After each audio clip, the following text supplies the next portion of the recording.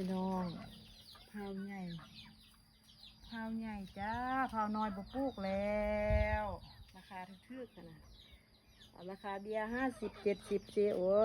ยมะพร้าวแนวใหญ่พี่น้องเอ๋ยเนี่ยแนวใหญ่หน่วยใหญ่ๆหันพาวลาดมะพร้าวสมัยตะกี้หันนะพี่น้องมะพร้าวน้ำหอมมันของปอกมันบ่ปลูกแล้วหน่วยทอกำปั้นนี่นะบ่ปลูกแล้วพี่น้องเอ๋ยมื้อนี้ก็ไปเอาหลายเติบได้พี่น้องจะมีอยู่ไอ้นี้ก็จะมีประมาณ50-60เนาะพี่น้องเนาะ50-60เบียร์มะพร้าวมะพร้าวเนี่ยก็มะพร้าวมะพร้าวใหญ่มะพร้าวลาด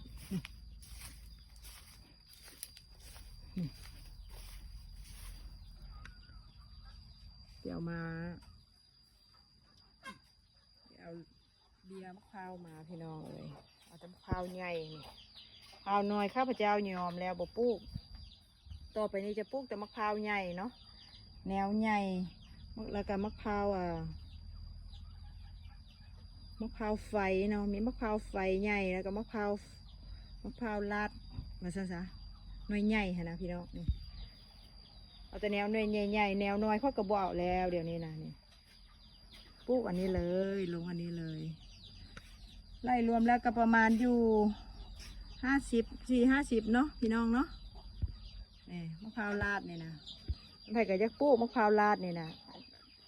ระยะการเป็นของเพิ่นก็6-7 ปี6-7 เดือนเนาะ6-7 ปี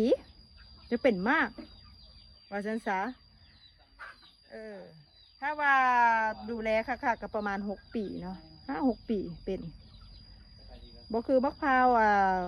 มะพร้าวน้ำหอมเนาะมะพร้าวน้ำหอมมันโอ้ยเป็นไวแต่บ่ได้คุณภาพว่าสันสามะพร้าวหอมมันเป็นไวบ่ได้คุณภาพด้วยท่อกำปั้นนี่นะพี่น้องบ่เอาแล้วเอาแต่มะพร้าวใหญ่นี่มาลงแบบนี้นะพี่น้องนี่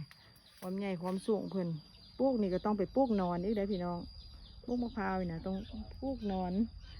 เนาะ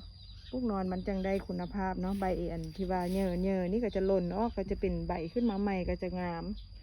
ตัดหางเอาเบิร์ดหัดฝอยหัดเฟยนี่นะโอเคเหมือนหน้าสีถ่ายให้พี่น้องเบิ่งใหม่เพราะว่ามื้อนี้นี่มาอัปเดตเรื่องต้นพร้าวพี่น้องมะพร้าวน้ำหอมมาลองอองแองอันบ่เป็นซื้อ